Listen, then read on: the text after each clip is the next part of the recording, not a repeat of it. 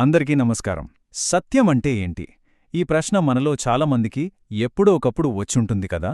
అయితే భగవద్గీత, శ్రీమద్ భాగవతం దీనికొక చాలా అద్భుతమైన సమాధానమిస్తాయి. అవేముంటాయంటే, పరమసత్యాన్ని మనం 3 రకాలుగా చూడొచ్చట. ఇది నిజంగా మన ఆలోచనా విధానాన్నే మార్చేగల ఒక శక్తివంతమైన విషయం. రండి, దీని గురించి వివరంగా తెలుసుకుందాం. మన జీవితంలో కొన్నిసార్లు అలాంటి పరిస్థితులు వస్తాయి. ఒక కూడలిలో నిలబడి ఉంటాం. ఏ దారి సరైనదో ఏది తప్పో అస్సలర్థం కాదు. అంతా గందరగోళం. సరిగ్గా ఇలాంటి ఒక భావనే మనమిప్పుడు తెలుసుకోబోయే కథకు పునాది. మహాభారత యుద్ధం మొదలవ్వడానికి సిద్ధంగా ఉంది. ప్రపంచంలోనే గొప్ప యోధులలో ఒకడైన అర్జునుడు ఎదురుగా ఉన్న శత్రుసైన్యాన్ని చూస్తాడు. కాని తెలుసా, అక్కడ అతనికి కనిపించింది శత్రువులు కాదు, తన తాతలు, గురువులు, సొంత అన్నదమ్ములు. వాళ్ళని చూసిన ఆ క్షణం అతని చేతిలో ఉన్న గాండీవం జారిపోతుంది. అతను తట్టుకోలేని దుఃఖంతో రథం మీద కుప్పకూలిపోతాడు. ఇది కేవలం భయం వల్ల వచ్చింది కాదు, ఇది అంతకు మించిన ఒక నైతిక సంక్షోభం. ఒకవైపు క్షత్రియుడుగా తన కర్తవ్యం, మరోవైపు తన కుటుంబం మీద ప్రేమ. ఈ రెండింటి మధ్య నలిగిపోయి నేను యుద్ధం చెయ్యలేను అని తేల్చి చెప్పేస్తాడు. సరిగ్గా ఆ సమయంలో అర్జునుడి స్నేహితుడు, మార్గదర్శి ఇంకా సారథి అయిన శ్రీకృష్ణుడు ఒక్కటే చిన్న ప్రశ్న అడుగుతాడు. కుతః అంటే, అర్జునా, ఈ క్లిష్ట సమయంలో నీకు ఈ బలహీనత ఎక్కడినుంచి వచ్చింది? ఈ ఒక్క ప్రశ్నతో యుద్ధభూమిలో మొదలైన సంభాషణ కాస్త వాస్తవికత యొక్క అసలైన స్వరూపాన్ని అన్వేషించే ఒక లోతైన తాత్విక చర్చగా మారిపోతుంది. చూసారా, అర్జునుడి వ్యక్తిగత గందరగోళమే మానవ చరిత్రలోనే అత్యంత గొప్ప జ్ఞానాన్వేషణకు నాంది పలికింది. ఇక్కడినుంచి గందరగోళం నుంచి స్పష్టత వైపు ఒక అద్భుతమైన ప్రయాణం మొదలవుతుంది. ఇక్కడే కథ ఒక అద్భుతమైన మలుపు తీసుకుంటుంది. కృష్ణుడు అర్జునుడికి ఇది చెయ్యు, అది చెయ్యొద్దు అని చెప్పడు. దానికి బదులుగా సమస్య మూలానికే వెళ్తాడు. అదేంటంటే వాస్తవికత అస్సలు స్వరూపం. ఆయనేమంటాడంటే, పరమసత్యమనేది ఒక్కటే, కాని మనం దాన్ని చూసే కోణాన్ని బట్టి 3 వేర్వేరు రూపాల్లో కనిపిస్తుంది. మరి ఆ 3 రూపాలే బ్రహ్మము, పరమాత్మ మరియు భగవాన్.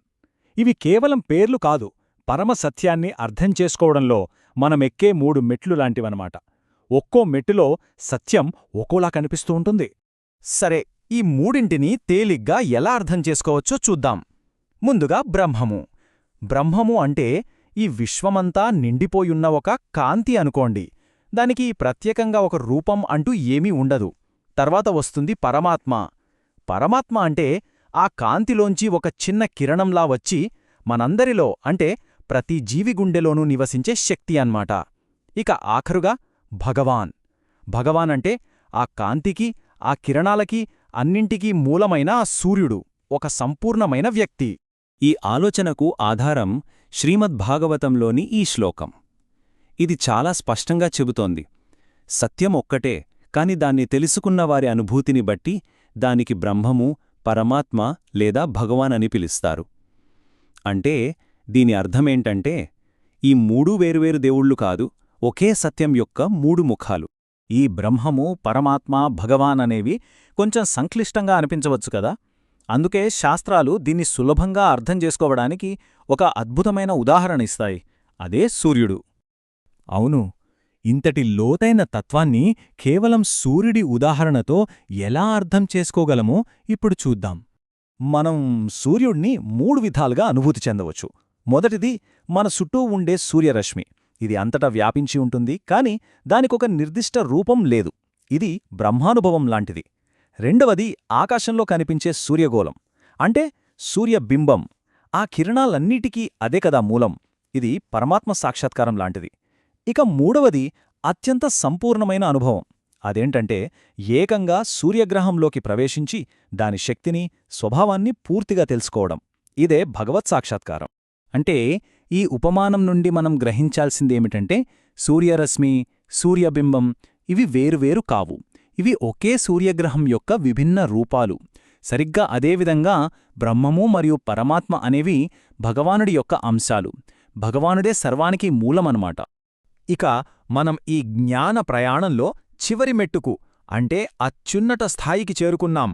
అదే భగవాన్, పరమసత్యం యొక్క అత్యంత సంపూర్ణమైన వ్యక్తిగత రూపం. భగవాన్ అనే పదానికి ఒక ప్రత్యేకమైన అర్థం ఉంది. శాస్త్రాల ప్రకారం 6 ఐశ్వర్యాలు అంటే బలం, కీర్తి, సంపద, జ్ఞానం, అందం మరియు వైరాగ్యం ఎవరిలో అయితే అపరిమితంగా, సంపూర్ణంగా ఉంటాయో ఆయనే భగవానుడు. ఇదేం చెబుతోందంటే పరమసత్యమనేది కేవలం ఒక శూన్యం కాదు, అది అద్భుతమైన గుణగణాలతో కూడిన ఒక సంపూర్ణ వ్యక్తి అని. ఇప్పుడు అర్జునుడి కథకు తిరిగి వస్తే ఆశ్చర్యకరంగా ఈ తత్వాన్ని అంతా బోధిస్తున్న శ్రీకృష్ణుడే ఆ భగవానుడు అని ఈ గ్రంథాలు స్పష్టం చేస్తున్నాయి.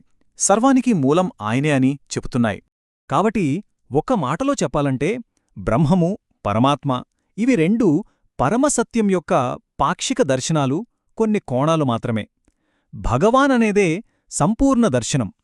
అవి ఒకదానికొకటి వ్యతిరేకం కాదు, కాని ఒకే వాస్తవికత యొక్క విభిన్న స్థాయిలు. ఇదే ఈ మొత్తం చర్చ యొక్క సారాంశం. ఈ దృష్టితో చూస్తే ప్రపంచంలోని విభిన్న ఆధ్యాత్మిక మార్గాలు ఒకదానికొకటి పోటీపడుతున్నట్టు అనిపించవు. నిరాకార దైవాన్ని పూజించేవారు, అంతరాత్మను అన్వేషించేవారు, లేదా ఒక వ్యక్తిగత దేవుణ్ణి ఆరాధించేవారు వీళ్లలో ఎవరు తప్పు లేదా ఒప్పు అని కాదు. బదులుగా వారందరూ ఒకే పర్వతాన్ని వేరువేరు మార్గాల్లో ఎక్కుతున్న యాత్రికులుగా మనం చూడొచ్చు. సరే, ముగించే ముందు ఒక్కసారి ఈ ప్రశ్న గురించి ఆలోచిద్దామా? మనం చూసే ఈ వాస్తవికతని ఒకేలా ఫ్లాట్గా కాకుండా ఇలా బ్రహ్మము, పరమాత్మ, భగవాన్ అంటూ వేర్వేరు పొరలుగా చూడటం మొదలుపెడితే అప్పుడు జ్ఞానం కోసం మనం చేసే అన్వేషణ ఎలా మారిపోతుంది? మన ఆలోచనా పరిధి ఎంతగా పెరుగుతుంది? ఇది నిజంగా ఆలోచించాల్సిన విషయం కదూ.